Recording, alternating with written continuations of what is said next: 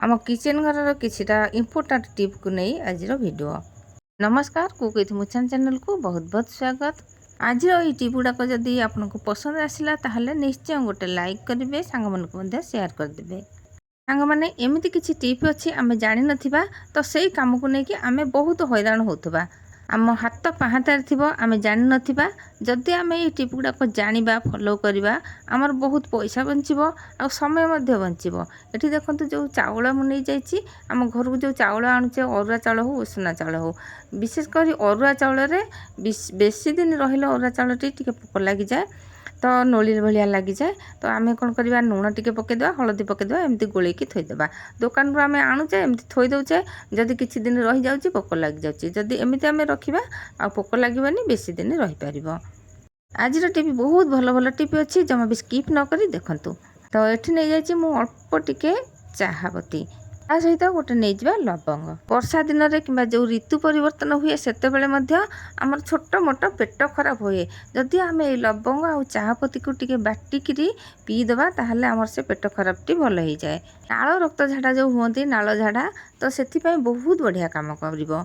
तुटका तुटकी जिनस सब आम आगे ट्राए करवा, तापर जब बेसी है ताहले डॉक्टर परामर्श नेबा।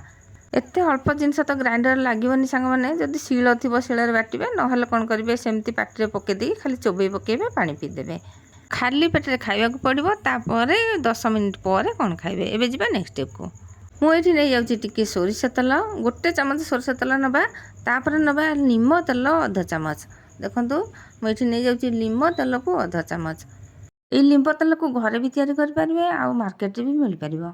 जदि ऑनलाइन रे मगाउछन्ती ता भी पळै आसीबो। तापर एठी आउ गोटे पूरा इम्पोर्टेंट जिनसटी मिसेइबा, से होची डिस्प्रिन टैबलेट। आउ ये डिस्प्रिन टैबलेट को देखंतु भल भाबरे गुंड कर दोची, पूरा पालिश करके गुंड कर दबा, तापर से तेल रे मिसेइ दबा। ये गोटे बढ़िया सॉल्यूशन हे गला। तो एठी हमें आकु कोन करबा, कोउथरे लगेबा को जानी पारिबे सांग माने। ता पूर्व कहि रखुची, जदि चैनल नु आछंती प्लीज सब्सक्राइब करनियंतु, बेल बटन रे दबांतु, तापरे ऑल रे मते सेलेक्ट करंतु, जहा फल के आगो को जो वीडियो पकेबी सर्वप्रथम आपण पाखरे पहुंची जिवो। स्किप करबे किछि जानि हबनी, जदि टिके समय बाहर करके देखिबे ताहले आरो भी बहुत फायदा आपण उठै परिबे। जदि आम ये छोट छोट टिप गुड़ा को फॉलो करवा, आमर समस्यार समाधान हवा सहित पैसा मध्य किछि बंचीजिव। टैबलेट को भल भाव से तेल सहित देखो ये मिसई देली। तापर ये आम गोटे जरी नेबा, तो जरी को आम भल भाव साइज करके काटिबा आग। आज वीडियो जदि टिके भी पसंद आसी थाए निश्चय कमेंट रे जनइबे। आ कोड देखुचंती को जगह देखुचंती कमेंट रे मध्ये निश्चय जनइबे। आपनक मूल्यवान समय बाहर करके आपण माने देखुचंती, जदि कमेंट रे जनइबे मु आपनको थैंक्स जणै परिबी। और आपण माने मो वीडियो को देखुचंती सेति बहुत बहुत दिल से धन्यवाद। ये जरी साहाय्य आम उकुणी को किपरि बाहर करवा ये देखा। देखु मुझे जरी को भल भाव साइज करके काटी नहीं। आउ एमती जी सैज्रे मत दरकार अच्छी से सैज्रे मुझे काटी नेली, 2 खंड कर नेली। देखु तापर आम आनिबा पानिया, जो पानिया आम उकुणी बाहर करछे छोट सरू सरू पानिया, ताकू से पानिया धेरे से जरी को लगेदेबा। पानिया रे जदि आम खाली जरीटा को लगेकि आम मुंड को कुंडेबा, से जमा भी उकुणी आसबेनी। ये जरी को पानिया लगेदेवा, तापर किसी गोटे ओजनिया जिनस आनी टिके घसीदेले जरी तले को पलैज आउ भल भाव मुंडटी कुंडे हम। जो तेल को मुझे तैयारी करी मेडिसिन तेल, से ताकू लगेदेवा, मुंड को रांपिदेवा। पिला माने स्कूल जाउचंती, सेठी मध्य उकुणी पूरीकी आसंते मुंडरे। तो उकुणी जदि मुंडरे थिबो, कौनसी काम करबा को इच्छा होनी, सबले से हाथटा जाय मुंडरे थिबो। आ पिला मानक मुंडरे जदि उकुणी थिबो, माँ मानक मुंड को भी से उकुणी पलि आसे। आउ बारंबार से उकुणी को आम बाछिबा को पड़ती, केते उकुणी को बाछिबा। ए तेल को मुंडरे लगेदेबा, किछि समय पर मुंड सफा करबा। आउ एमिति जरी दिया पानिया रे से मुंड को रांपी देले सब उकुणी पलि आसीबे। पानिया भितर उकुणी पशिबेनी, जरी रे उकुणी रहिबे। आ जरी साहाय्य भी उकुणी तल को मध्य झड़ी पड़िबे। एबे चलन देखिबा नेक्स्ट कोन अछि। हलदी आम घर को आणुचे, हलदी जो हलदी आम आणुचे, ए हलदीटे शुद्ध कि अशुद्ध कि कौन मिशिचे आम केमती जानिबा। ये देखो मु भल हलदी आनी, ए हलदी को आम कौन करवा टिके पानी नहीं जावा, आउ टिके नर हलदी से पानी रे मिसईदेवा। देखु जो आम मिसईदेवा, जदि पानीटी आमर पूरा हलदिया कलर देखा ताहले आम जानिबा एटा भल हलदी। जदि पूरा लाल भलिया हो केमती डार्क कलर हो ताहले आम जानिबा एटा खराब बोलिकी।